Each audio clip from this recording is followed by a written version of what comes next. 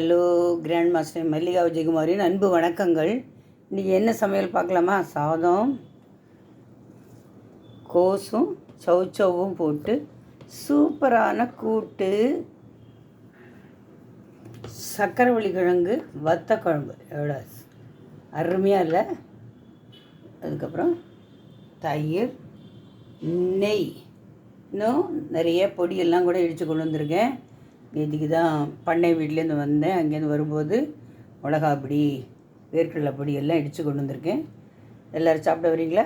இன்னொரு வாட்டி என்னென்னு பார்க்கலாமா? சாதம், கோஸும் சௌச்சவும் போட்டு கூட்டை பார்த்தாலே சாப்பிடணும் போல ஆசையாக இருக்குல்ல?